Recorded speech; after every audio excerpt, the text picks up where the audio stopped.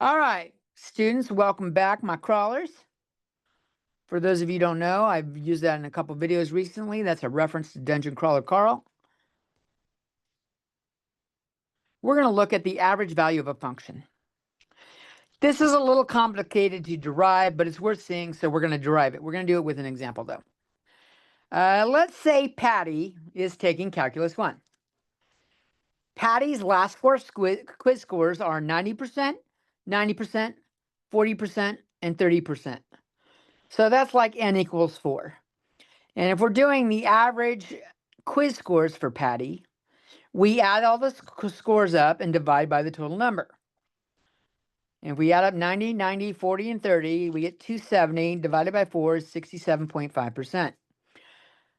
Let's say f of x represents Patty's scores. I could write this as f of x1 plus f of x2 plus f of x3 plus f of x4 over n is Patty's average scores. And I can write this in a summation notation like I did here. Okay? I equals 1 to n, where n is 4, f of xi. This looks fairly similar to Riemann sums. So what's the difference? Let's make a connection between this and Riemann sums. Let's figure out how we can make an average value and this look alike. So the important thing to recognize is that delta x is b minus a over n. So if I kind of like cross multiply or multiply by n and then divide by delta x, we get n is b minus a over delta x. What I'm going to do is I'm going to take that and I'm going to put that in on bottom. Okay, let's put that in on bottom.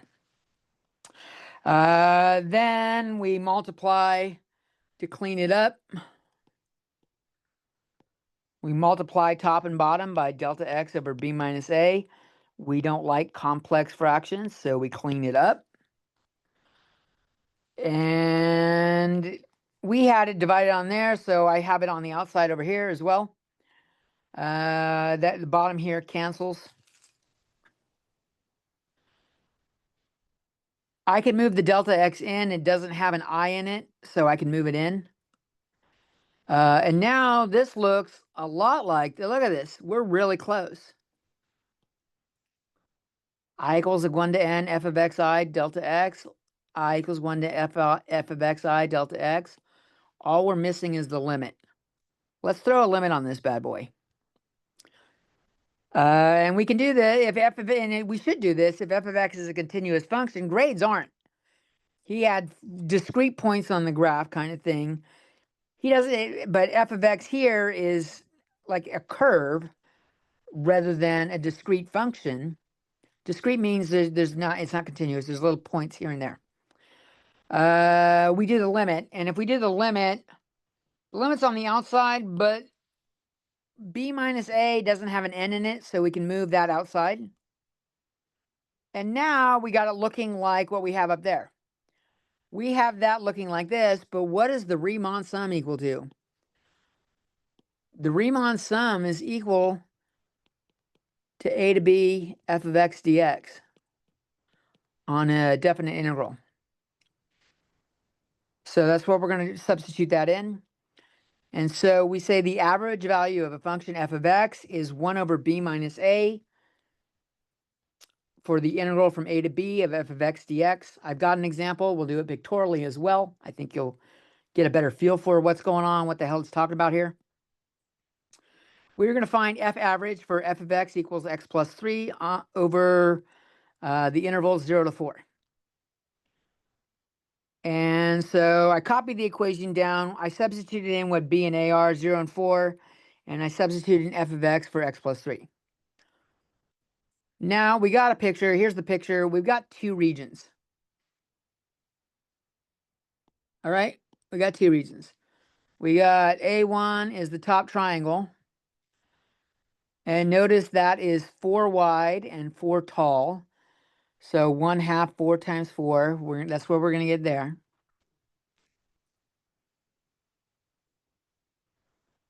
And then A2 is a rectangle. Length times width. We can see the length is 0 to 4 and the height is 0 to 3. So 4 times 3 is 12. So the area of this integral is the entire thing. That is the entire integral. And we have a value for it since it's not indefinite.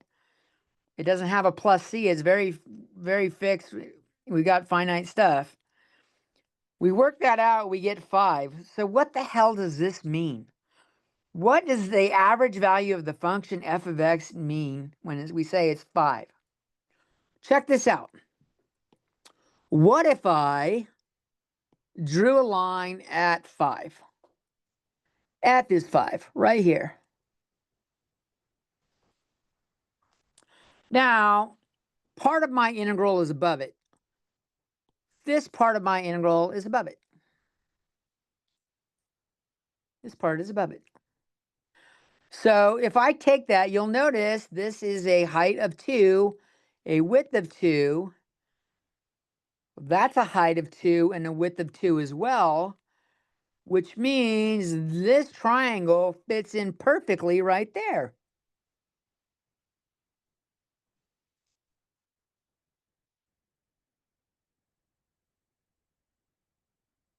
Right?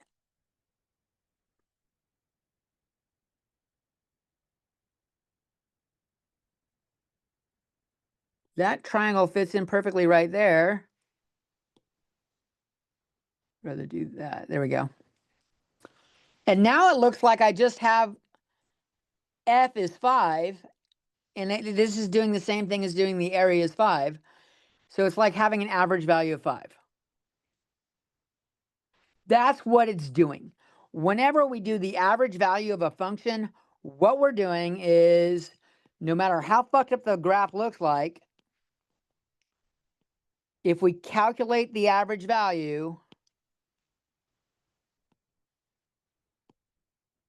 let's say it's this value right here, we are figuring out what value would be if it was a constant value. This would have us taking this here and filling that in there. I don't think my line was in a good spot, but I think you get the idea. Instead of having one big nasty looking curve, we can have a flat curve. It's like having, it's kind of how we figure out speed. Speed does this. When you're driving somewhere, your speed goes all over the place. Like in fact, you start off slow, you speed up, you might slow down for traffic, traffic clears, you accelerate. Ooh, I didn't want it doing that. But we get that, but like the speedometer is telling us our speed. It's giving us an average speed. So if we calculated how many miles driven over hours, we would get an average speed, and it would be that right there. That's what this is doing. Okay? That's all I've got for you in here. Peace.